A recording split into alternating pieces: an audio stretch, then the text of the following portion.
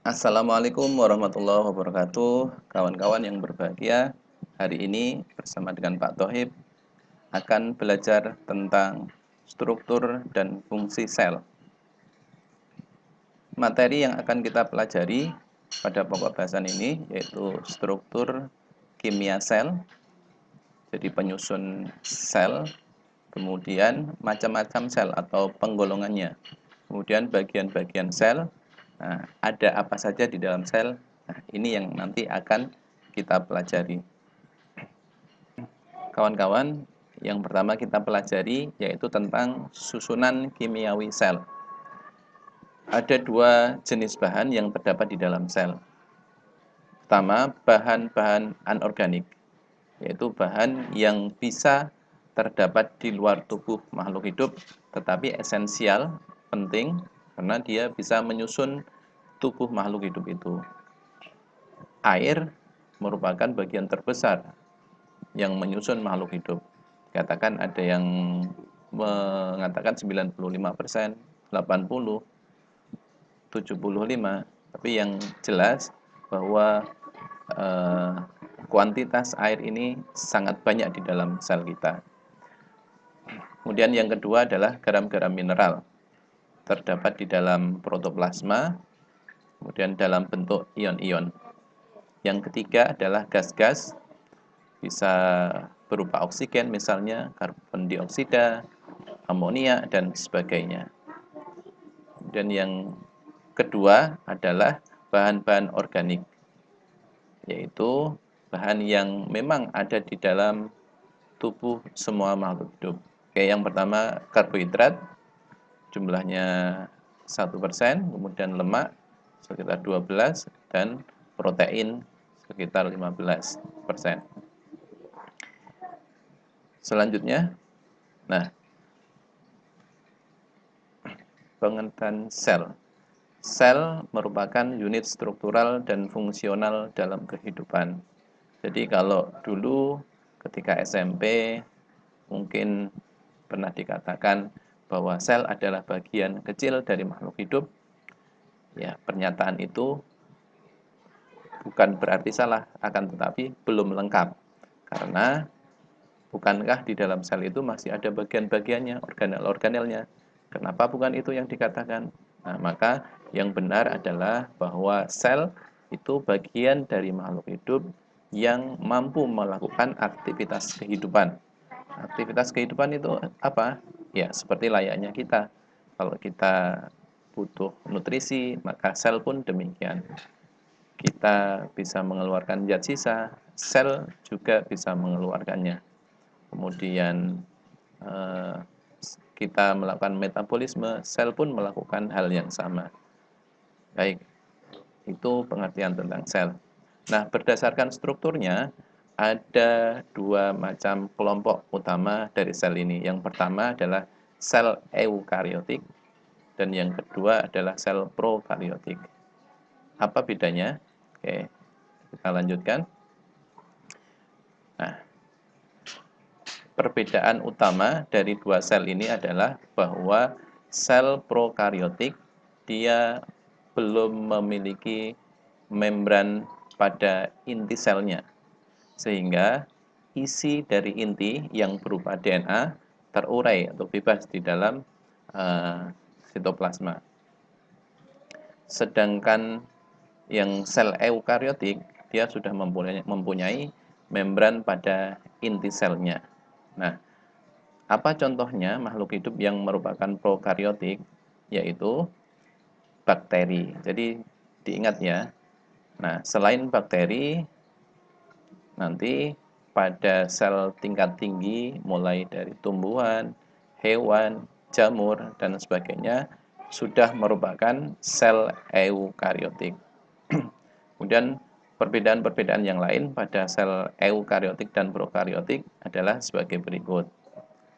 Pada prokariotik dia tidak memiliki dia punya dinding sel. Kemudian pada eukariotik ada yang memiliki dinding sel, ada yang tidak. Yang punya dinding sel pada tumbuhan nanti kita pelajari lebih lanjut.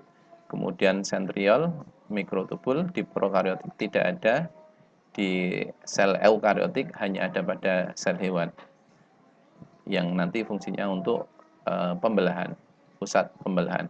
Kemudian kloroplas di prokariotik, kloroplas tidak ada ya.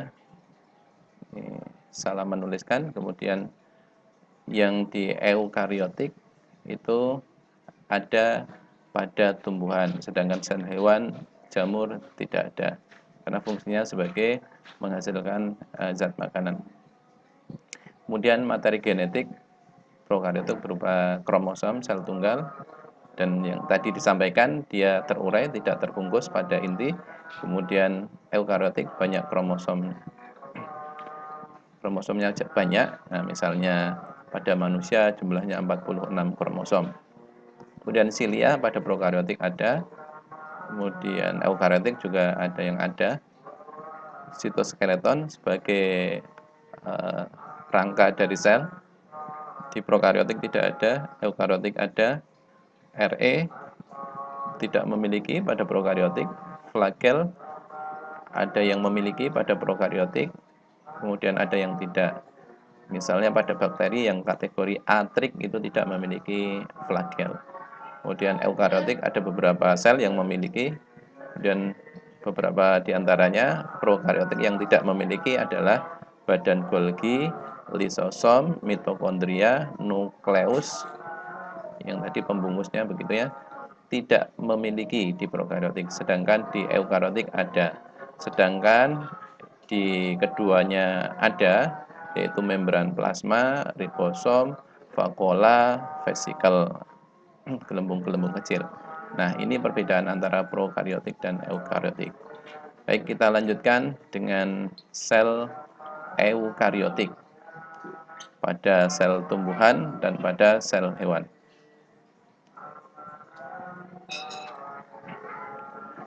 Nah, ada beberapa perbedaan antara sel tumbuhan dan sel hewan. Di antaranya adalah sel tumbuhan dia memiliki dinding sel hewan tidak.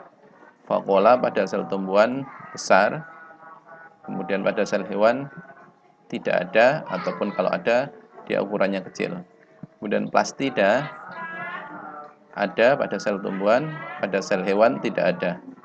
Sentriol pada tumbuhan tidak ada, sel hewan ada. Lisosom pada tumbuhan tidak ada, sel hewan ada. Silia untuk pergerakan, sel tumbuhan tidak ada, sel hewan ada. Nah, sekarang kita pelajari bagian-bagian sel secara umum. Yang pertama adalah dinding sel. Ini yang terdapat pada sel tumbuhan untuk sel eukariotik. Dinding sel merupakan organel ya, yang hanya terdapat pada sel tumbuhan. Organel ini berfungsi mempertahankan bentuk, mencegah penguapan air yang berlebihan dari sel, termasuk melindungi bagian tubuh di dalam sel itu. Kemudian bagiannya awal pertama kali, silakan dilihat di gambar, nanti akan terbentuk middle lamella atau lamella tengah. Ini nanti yang akan membatasi antara sel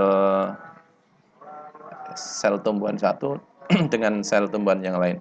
Kemudian masuk ke dalam lamella tengah ini akan membentuk dinding primer, kemudian bagian dalamnya lagi akan membentuk lapisan dinding sekunder. Baik, itu tentang dinding sel. Yang berikutnya adalah membran plasma atau membran sel.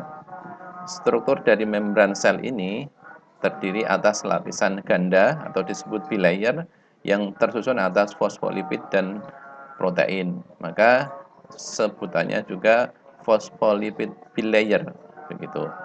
Nah, selain protein, molekul lain yang terdapat pada membran adalah kolesterol dan karbohidrat. Fungsinya apa membran plasma ini? Yaitu sebagai pembatas antara sel dengan lingkungan luarnya. Akan tetapi seperti yang tadi sampaikan bahwa sel tumbuhan di luar membran plasma ini masih ada dinding selnya. Fungsi lain melindungi sel agar tidak keluar meninggalkan sel, mengatur pertukaran zat keluar dan masuk ke sel, kemudian melakukan seleksi terhadap zat yang bisa masuk dan bisa meninggalkan sel.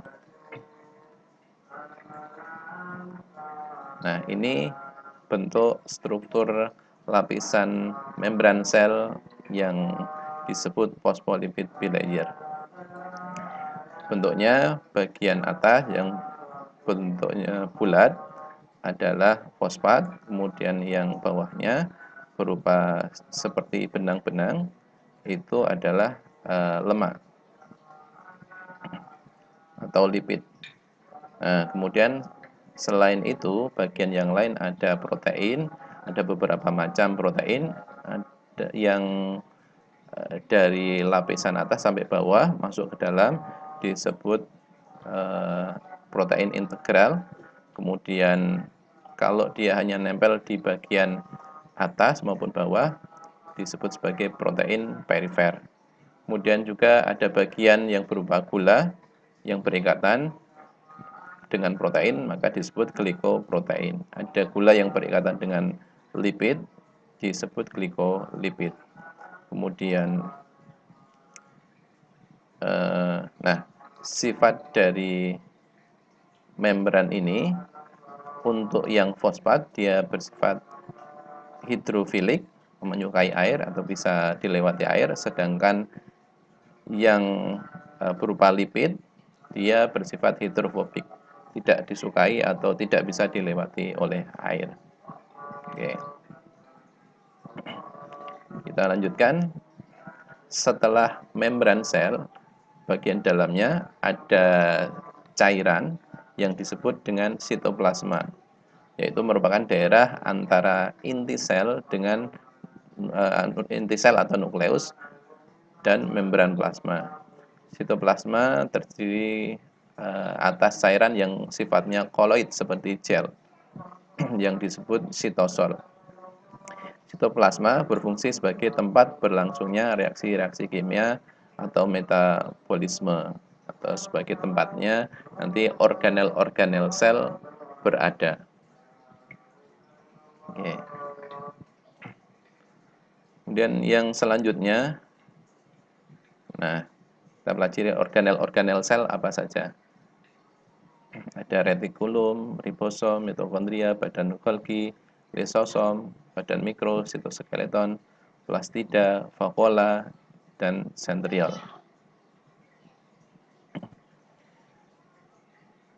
Oke, yang pertama retikulum endoplasma. Nah, retikulum endoplasma ini dikelompokkan menjadi dua berdasarkan ada tidaknya ribosom yang menempel pada retikulum endoplasma itu. Yang ada disebut sebagai retikulum kasar. Yang tidak ada ribosomnya disebut sebagai RE halus. Fungsinya apa? Fungsinya adalah secara umum penghubung membran dengan inti sel. Kemudian menyimpan dan mendistribusikan materi. Nah, khusus yang kasar karena dia tertempeli ribosom, maka fungsinya adalah sebagai mensintesis protein dan mentransportasikannya. Kemudian untuk yang RE halus, transportasi dari sintesis lemak termasuk pembuatan atau sintesis lemak.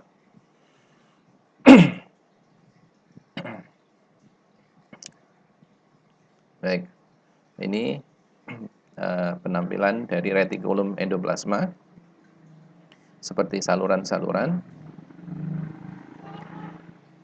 Yang selanjutnya adalah ribosom. Tadi selain ada di retikulum endoplasma, ribosom juga ada yang bebas berada di sitoplasma. Ribosom terbentuk dari RNA dan protein. Ribosom ini terdiri dua struktur yang menjadi satu kesatuan, subunit besar dan subunit kecil. Fungsi utama dari ribosom ini adalah pembentukan protein dari asam amino yang terkumpul. Begitu. Nah, sintesis protein nanti akan dibahas sendiri di kelas 12. Baik, lanjut. Oke, yang berikutnya adalah mitokondria.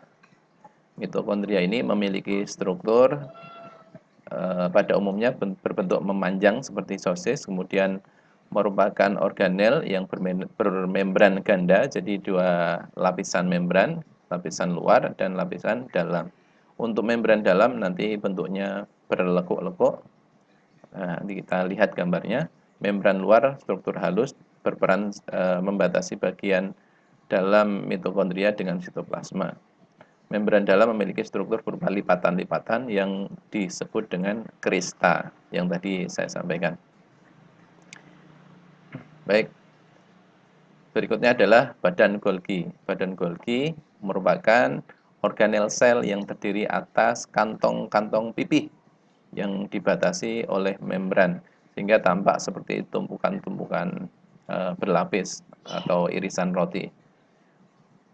Badan Golgi ini fungsinya sebagai tempat pengubahan enzim yang tidak aktif yang disebut zymogen menjadi bentuk yang aktif, serta tempat penyimpanan sementara protein dan zat lain yang berasal dari retikulum endoplasma, termasuk badan Golgi. Dia nanti akan menghasilkan vesikel-vesikel atau gelembung-gelembung kecil yang bisa dikeluarkan ke luar sel atau menyusun dinding sel atau membran sel. Kemudian lisosom adalah organ yang memiliki satu lapis membran dibentuk oleh badan Golgi. Nah, tadi berupa vesikel tadi. Jadi ini adalah bentuknya gelembung. Mengandung enzim hidrolitik yang mampu mencerna makromolekul yang masuk ke dalam sel secara fagosit intraseluler. Jadi dia yang fungsinya untuk memakan benda-benda asing yang masuk ke dalam tubuh, termasuk memakan sel-sel yang mati, bersifat autofagi. Nah, maka ada sel-sel tertentu yang jumlah lisosomnya berjumlah besar, banyak, misalnya pada sel darah putih. Maka kenapa sel darah putih itu fungsinya dia sebagai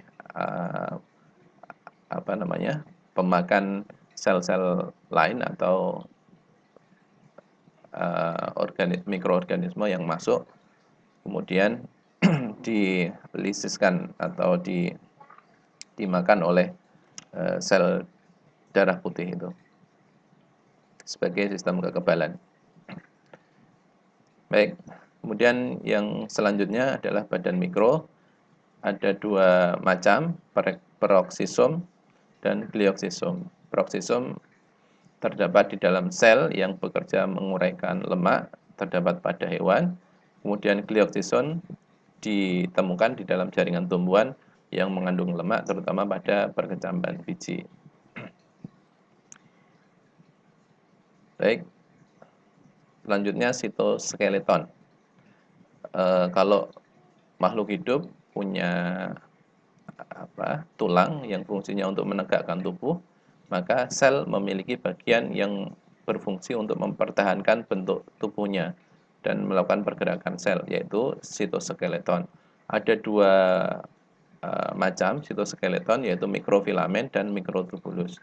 Kita lihat yang mikrofilamen seperti apa. Nah, ini yang berbentuk seperti jaring-jaring, sedangkan mikrotubulus seperti pipa.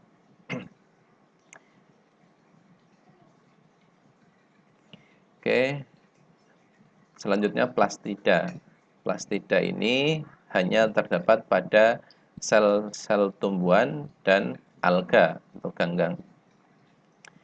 Ada beberapa macam jenis plastida berdasarkan fungsinya.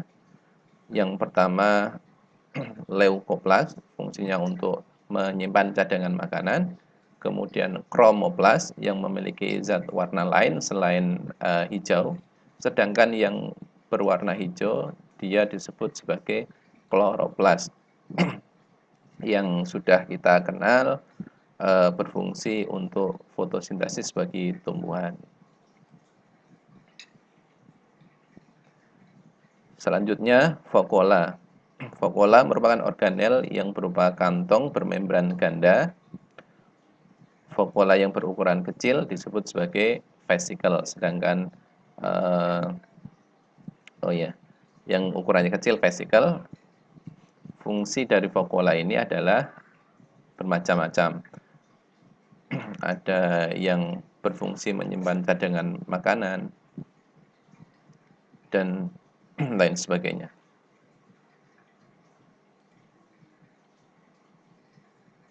Kemudian sentriol, yaitu organel sel yang nanti berperan pada saat pembelahan sel sebagai pembentuk benang-benang spindle yang nanti kromosom akan berderet pada benang itu, kemudian menuju ke kutub masing-masing, sehingga terbentuk dua sel yang baru. Nah, selanjutnya nukleus dikenal sebagai pusat pengendali sel, maka ini ibaratnya adalah otak bagi si sel itu. Fungsi tempat menyimpan informasi genetik yang nanti bermanfaat untuk pembentukan sel-sel yang baru. Sel ini penting dalam pembentukan sel baru dan pembentukan zat-zat kimia yang dibutuhkan oleh tubuh.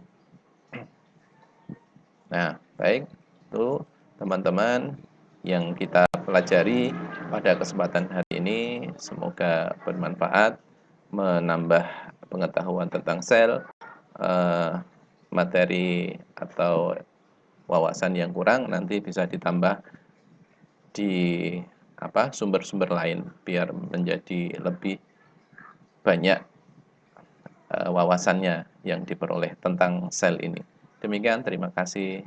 Saya Pak Tohib. Assalamualaikum warahmatullahi wabarakatuh.